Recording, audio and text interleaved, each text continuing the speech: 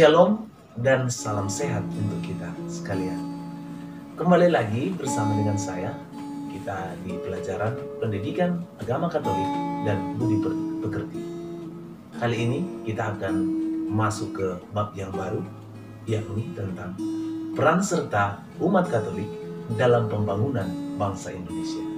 Nah, kita akan memfokuskan di bagian pertama, yakni membangun bangsa dan negara yang dikehendaki Tuhan.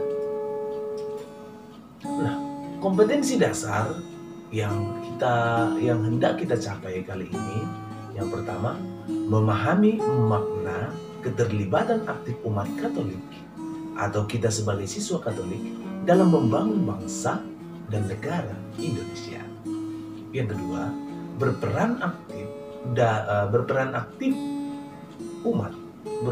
sebagai umat Katolik atau sebagai siswa Katolik dalam membangun bangsa dan negara Indonesia.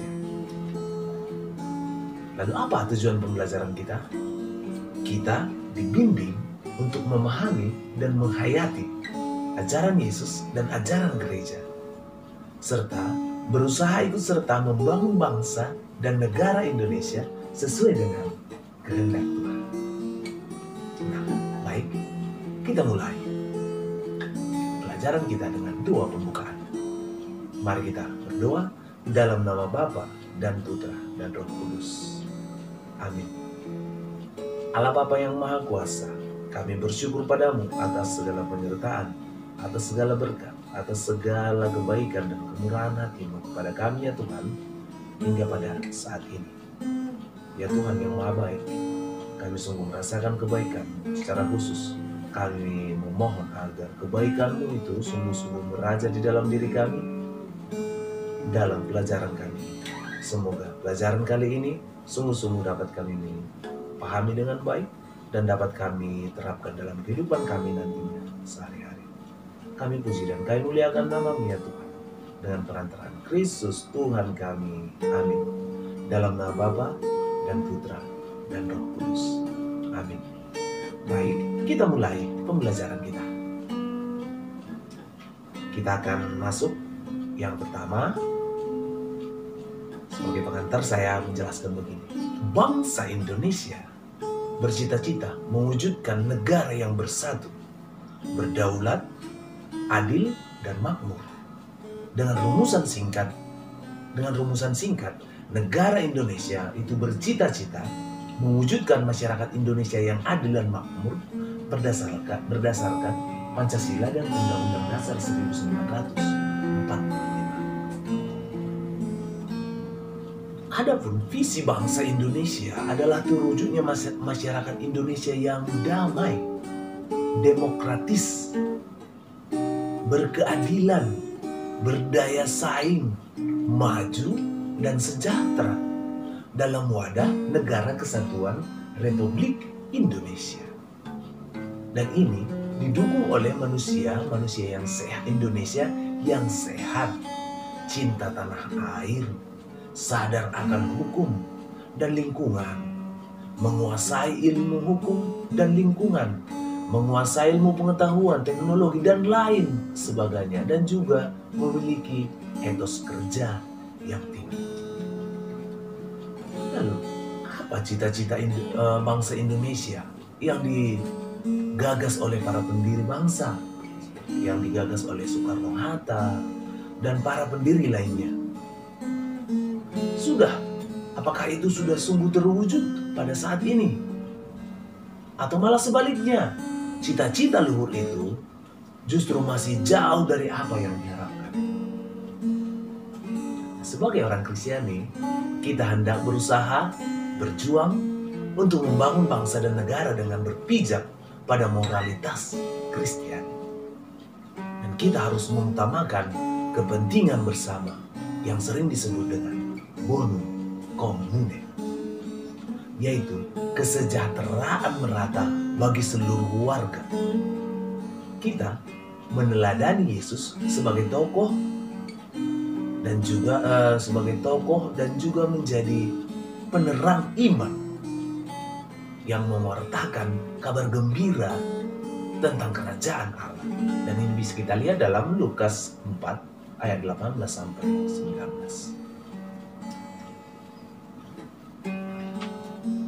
Lalu untuk coba lebih dalam lagi situasi atau pelajaran ini, kita masuk dulu ke situasi politik dan ekonomi di tanah air. Nanti kemudian kita akan lanjutkan lagi lebih dalam. Kita awali dengan situasi politik dan ekonomi di tanah air. Yang pertama, situasi politik. Krisis politik yang terjadi pada tahun 1998 itu merupakan puncak dari berbagai kebijakan politik pemerintah Orde Baru. Demokrasi yang dijalankan pemerintah Orde Baru bukan demokrasi yang semestinya, melainkan demokrasi rekayasa atau pura-pura. Bukan lagi demokrasi dalam pengertian dari, oleh, dan untuk rakyat, melainkan demokrasi dari, oleh, dan untuk penguasa. Pada masa Orde Baru, kehidupan politik itu sangat represif, yaitu adanya tekanan yang kuat dari pemerintah terhadap pihak oposisi atau orang-orang yang dianggap kritis. Setiap pemerintah, setiap orang atau kelompok yang mengkritik kebijakan pemerintah dituduh sebagai atau dituding sebagai tindakan subversif. Itu apa? Menentang negara kesatuan Indonesia. Nah, sekarang kita sudah memasuki zaman reformasi. Akan tetapi banyak masalah justru menjadi semakin parah. Salah satunya yang sangat mencolok adalah hilangnya cita rasa dan perilaku politik yang benar dan baik. Itu sudah hilang. Nah, dewasa ini politik hanya dimanfaatkan untuk kepentingan pribadi atau kelompok. Dari apa yang sedang berlangsung sekarang, tampak bahwa politik menjadi ajang pertarungan kekuatan dan perjuangan untuk memenangkan kepentingan ekonomi atau kepentingan instansi pribadi atau kelompok. Terkesan tidak ada upaya serius untuk mewujudkan kesejahteraan bersama yang kita sebut dari bonum commune. Bukan kepentingan bangsa yang diutamakan, tetapi kepentingan pribadi yang diutamakan atau dilakukan, diusahakan. Politik kekuasaan yang mementingkan kelompok sendiri semacam itu dengan sendirinya akan mengorbankan tujuan utama, yakni apa? Mengorbankan kesejahteraan bersama yang mengandaikan kebenaran dan keadilan. Penegakan hukum juga diabaikan. Akibatnya, fenomena KKN, korupsi, kolusi, dan nepotisme tidak ditangani dengan serius. Lalu yang kedua, yang pertama tadi situasi politik, sekarang situasi ekonomi. Tuntutan reformasi menghendaki adanya perubahan dan perbaikan di segala aspek. Kehidupan yang lebih baik juga itu dirindukan. Namun, pada praktiknya, tuntutan reformasi telah disalahgunakan oleh para petualang politik yang hanya untuk kepentingan, yang hanya mementingkan dirinya sendiri dan hanya mementingkan kelompoknya sendiri. Pada era reformasi, konflik yang terjadi di masyarakat makin mudah terjadi dan seringkali bersifat etnis di berbagai daerah. Kondisi sosial masyarakat yang kacau akibat lemahnya hukum dan perekonomian yang tidak segera kunjung membaik itu pada masa reformasi. Selanjutnya, tatanan ekonomi yang berjalan di Indonesia mendorong kolusi kepentingan antara pemilik modal dan pejabat untuk mendapatkan keuntungan sebanyak-banyaknya. Kesempatan ini juga dimanfaatkan oleh kelompok-kelompok tertentu bersama dengan para politis yang mempunyai kepentingan untuk mendapatkan uang sebanyak-banyaknya. Uang telah merusak segala-galanya. Peraturan perundang-undangan dan aparat penegak hukum dengan mudah ditaklukkan oleh mereka yang mempunyai daya atau mempunyai uang atau memiliki keuangan yang baik. Akibatnya, upaya untuk menegakkan tatanan hukum yang adil dan perintah yang bersih tak kunjung terwujud. Ketidakadilan semakin dirasakan kelompok-kelompok yang secara struktural sudah dalam posisi lemah, seperti perempuan, anak-anak, orang yang sudah tua, orang cacat, dan juga kaum miskin. Persaingan antar kelompok dan antar pribadi menjadi semakin tajam. Suasana persaingan itu menumbuhkan perasaan tidak adil, terutama ketika berhadapan dengan kelompok kelas ekonomi antara kaya dan miskin. Perasaan diberlakukan tidak adil itu menyuburkan sikap tertutup dan perasaan tidak aman bagi semua orang. Orang lain atau kelompok lain akan dianggap sebagai ancaman yang akan mencela diri atau kelompoknya. Perasaan terancam seperti ini diperparah dengan sistem ekonomi yang menciptakan kerentanan dalam lapangan kerja, dalam dunia kerja. Kinerja ekonomi selalu menuntut pembaruan. Pembaruan terus-menerus menuntut orang untuk menyesuaikan diri dengan tuntutan-tuntutan baru yang tidak selalu mengungkapkan nilai-nilai keadilan. Mereka yang tidak memenuhi tuntutan struktur ekonomi baru akan terlempar dari pekerjaan tersebut. Angka pengangguran semakin tinggi karena rendahnya investasi di sektor ekonomi real atau di sektor ekonomi nyata, yang mengakibatkan tidak terciptanya lagi lapangan kerja. Pengangguran tidak terelakkan lagi. Dan kemudian pengangguran mengakibatkan kebutuhan itu menjadi sangat berkembang. Dan kemudian kebutuhan susah untuk dicapai. Sehingga terjadilah ketimpangan ekonomi antara yang kaya atau yang memiliki uang dengan orang yang tidak memiliki uang.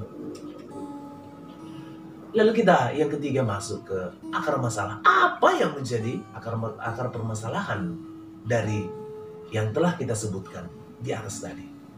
Yang pertama, iman masih hanya sebatas pengetahuan, belum sebagai falsafah hidup atau tindakan hidup. Yang kedua, ambisius atau sikap ambisi akan kekuasaan dan harta kekayaan. Ini adalah akar masalah yang kedua. Yang ketiga, akar masalahnya itu nafsu untuk mengejar kepentingan pribadi, kelompok, atau golongannya saja. Dan yang keempat, menghalalkan segala cara untuk mencapai tujuan. Ini akar masalahnya. Ada 4. Iman masih sebatas pengetahuan, belum sebagai falsafah hidup, belum sebagai tindakan. Yang kedua, ambisius akan kekuasaan dan harta kekayaan. Ketiga, nafsu untuk mengejar kepentingan pribadi, kelompok, atau golongan. Dan yang keempat, menghalalkan segala cara untuk mencapai tujuan. Nah, demikian pembelajaran kita hari ini. Pada pertemuan selanjutnya, kita akan membahas materi ini lebih dalam lagi. Yaitu tentang apa itu? Tentang ajaran kitab suci dan ajaran gereja tentang membangun bangsa dan negara yang dikehendaki oleh Tuhan. Untuk itu, kita tutup pertemuan kita ini dengan doa penutup.